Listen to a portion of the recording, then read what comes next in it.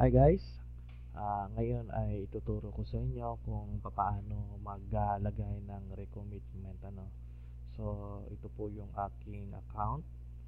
Nagkaroon na po ako ng provide help and then naka-get help na rin po ako. Ito yung second recommitment ko. Bale ngayon, ito po ang aking Marmo Grotto na. So dito, na-withdraw ko na yung una. Paano makita natin kung kailan tayo magre-recommitment? Ito yung pangalawa kong recommitment. So tingnan natin dito.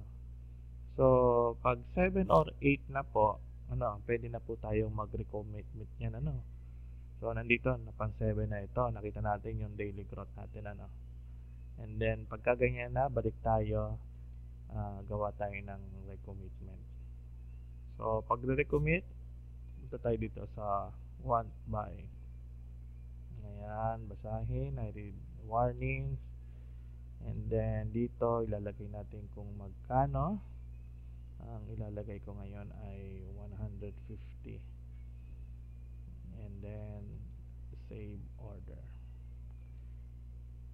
Ayan, tapos na po ang ating recommitment. Ito na po siya.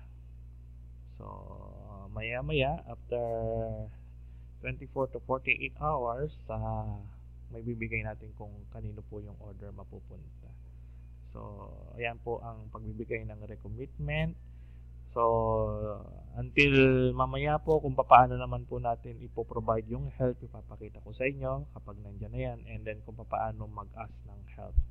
So, antabayanan nyo ang susunod kong video para ipakita sa inyo yung tamang pagbibigay ng provide help at kung paano tayo makaka-get help. Okay, good day.